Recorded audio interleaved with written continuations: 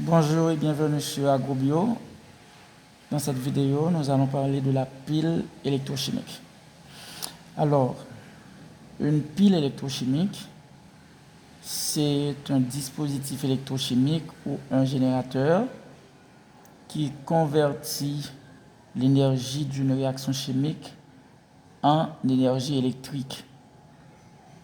Le domaine de la chimie ou encore la branche de la chimie qui étudie cette relation-là existant entre la chimie et l'électricité ou encore entre les réactions chimiques et le courant électrique s'appelle électrochimie. Donc, on peut utiliser le courant électrique pour forcer une réaction.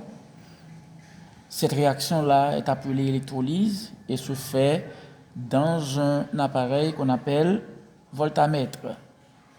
Alors que on peut utiliser l'énergie d'une réaction chimique, on peut transformer l'énergie d'une réaction chimique en énergie électrique ou encore en courant électrique. Cette réaction-là, pouvant être dans son énergie, peut être transformée en énergie électrique, est appelée réaction d'oxydoréduction. Et le dispositif utilisé pour ce type de réaction est appelé pile électrochimique. Dans une pile, il y a deux choses à connaître. Le schéma conventionnel d'une pile et le dessin de la pile. D'abord, une pile est constituée de deux compartiments. Si on veut dessiner la pile, dessin d'une pile, la pile est constituée de deux compartiments. Par exemple, on peut considérer ces deux compartiments-là comme étant deux béchets. Ces deux compartiments-là sont reliés entre eux par un dispositif. Et ce dispositif-là, qui relie les deux compartiments dans une pile ou encore qui relie les deux demi-piles, est appelé pont salin. Le pont salin a pour rôle d'assurer la neutralité électrique entre les deux compartiments, de permettre la migration des ions spectateurs d'un compartiment à l'autre. Dans chaque compartiment, on va mettre une solution contenant des cations. Par exemple, dans le compartiment de gauche, si on considère cette équation-là, cette réaction d'oxydoréduction, mettant en jeu les ions Ci2+ en solution aqueuse et le zinc solide, qui donne des ions Zn2+, ou bien des ions zinc en solution aqueuse et du cuivre solide, du cuivre métallique. Eh bien, dans le compartiment de gauche, on peut mettre les ions Zn2+, et dans le compartiment de droite, on peut mettre la solution contenant les ions Cu2+. Les électrodes de la pile sont représentés par deux lames métalliques et on va plonger chaque lame métallique dans la solution. Mais la lame métallique en question doit être de même nature que les ions en solution. Par exemple, dans ce compartiment-là, il y a des ions Zn2+, mais la lame métallique qu'on doit plonger ici, c'est une lame de zinc. On a des ions Ci2+, dans ce compartiment, mais cette lame métallique-là, c'est une lame de cuivre. Mais ces deux lames métalliques plongées dans ces deux solutions-là, on les appelle des électrodes de la pile. Maintenant, savez-vous que dans les générateurs classiques, l'électrode positif, c'est l'anode et l'électrode négatif, c'est la cathode. Mais dans une pile, c'est différent. Dans une pile, l'électrode positif, c'est la cathode et l'électrode négatif, c'est l'anode. Conventionnellement, la cathode est placée à droite et l'anode est placée à gauche. Donc, on a l'anode de zinc et une cathode de cuivre. Une anode de zinc et une cathode de cuivre. Maintenant, je dis que le zinc, c'est l'anode. L'anode, c'est l'électrode négatif de la pile. Le cuivre, c'est la cathode. On met ici cathode. Alors que la cathode, c'est l'électrode positif de la pile. Anode, électrode négatif. Cathode, électrode positif. Cathode à droite, anode à gauche. Maintenant, on relie les deux électrodes par un fil conducteur, au bout duquel on branche un voltmètre, par exemple, ou encore un ampèremètre. Les électrons se déplacent de l'anode vers la cathode. On met cette petite flèche-là pour indiquer le sens de déplacement des électrons. On met E-. Les électrons dans une pile, les électrons se déplacent de l'anode vers la cathode. Et comment circule le courant? Le courant circule de la cathode vers l'anode. On met cette petite flèche pour indiquer aussi le sens de déplacement du courant électrique. Bon, on met I. C'est-à-dire, le courant sort de la cathode pour aller vers l'anode, alors que les électrons sortent de l'anode pour aller vers la cathode. Pourquoi je choisis le zinc comme étant l'anode et le cuivre comme étant la cathode? Mais qu'est-ce qu'on dit?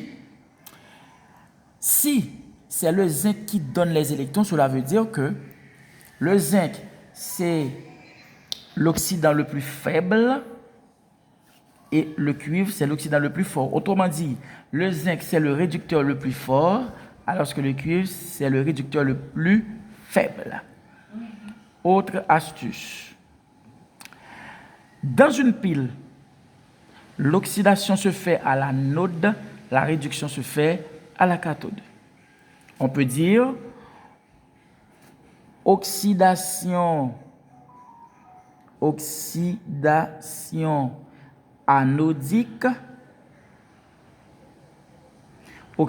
anodique, et réduction cathodique. Pour expliquer que la réduction, ça se fait à la cathode et l'oxydation, ça se fait à l'anode de la pile.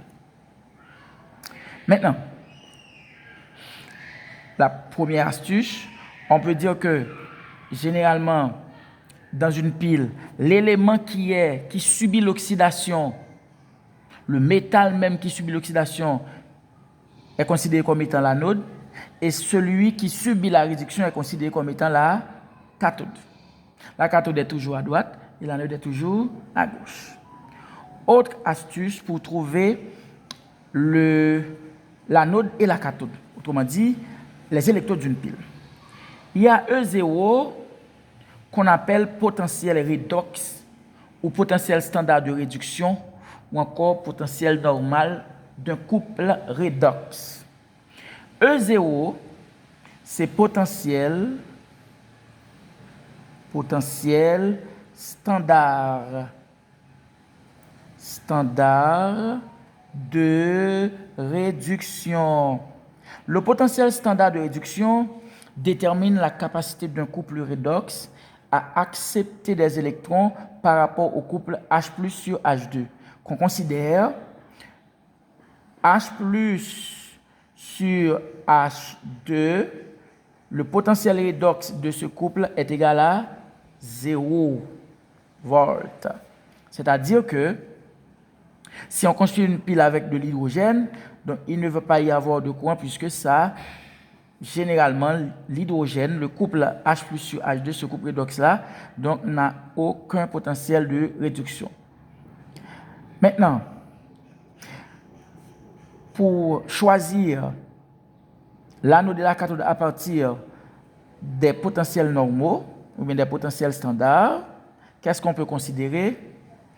Le couple redox où le potentiel standard de réduction est plus élevé est considéré comme étant la cathode, et le couple redox où le potentiel standard de réduction est plus faible est considéré comme étant l'anode. Par exemple, Pour le couple Cu de plus sur Cu, le potentiel redox est égal à 0,34 volts. Et pour le couple Zn de plus sur Zn, le potentiel redox est égal à moins 0,76 volts. Donc, moins 0,76 est inférieur à 0,34. Donc, le zinc, c'est l'anode et le cuivre, c'est la cathode. Maintenant, comment schématiser une pile?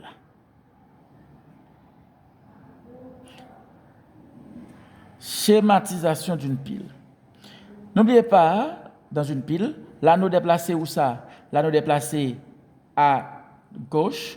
On met anode. L'anode est négatif. On met moins. 2 points. Là, on met cathode. La cathode est positive. On met 2 points. Au milieu, on met 2 barres métalliques. Ces 2 barres métalliques-là représentent le pont salin dans la pile, dans le schéma de la pile. Les 2 barres métalliques représentent le pont salin. Et on met une barre métallique à gauche, une autre barre métallique à droite.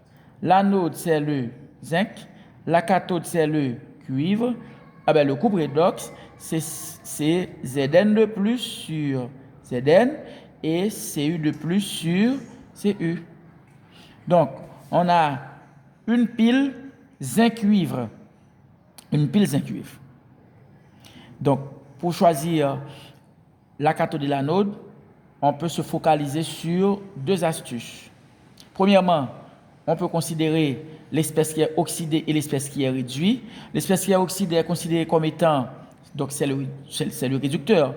L'espèce qui est oxydée est considérée comme étant l'anode et l'espèce réduite, c'est la cathode.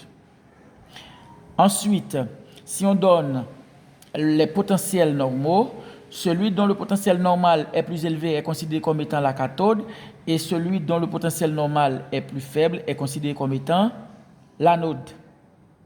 Comment calculer la force électromotrice d'une pile?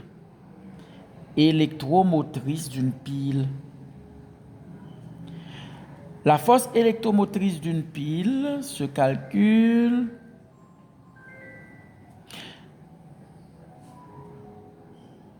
par cette formule. E pile égale, c'est potentiel redox à la cathode moins le potentiel redox à l'anode. Par exemple, pour cette pile, on dit E pile égale, c'est 0,34 moins 0,76. Ça va donner 0,34 plus 0,76, moins donne plus. Donc ça est égal à 1,10 volts. Donc cette pile-là débite donc une tension ou encore une force électromotrice égale à 1,10 volts. Donc encore, le dispositif, le générateur qui permet de convertir l'énergie d'une réaction chimique en énergie électrique est appelé pile.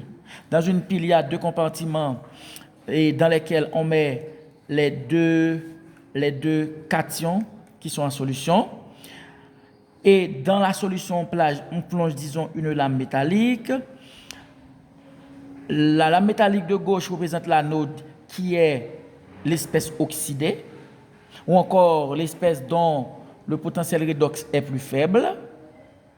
La lame métallique de droite représente la cathode qui est positive, qui est représentée par l'espèce chimique qui est, ou bien le métal qui est réduit, ou encore le métal dont le couple redox dont le potentiel normal de ce couple redox-là est plus élevé. Donc, à ne pas confondre schéma d'une pile, disons, et dessin d'une pile. Dessiner une pile, c'est comme ça, mais pour schématiser une pile, c'est de cette manière. Donc, on pourrait dire qu'une pile présente une polarité dans le cas où la pile présente un électrode négatif qui est l'anode et un électrode positif qui est la cathode. La cathode se place toujours à gauche et est positive, lorsque l'anode se place toujours, alors la cathode se place à droite et est toujours positive, alors que l'anode est placée, disons, à gauche et est toujours négatif. Donc, je vous attends pour les commentaires.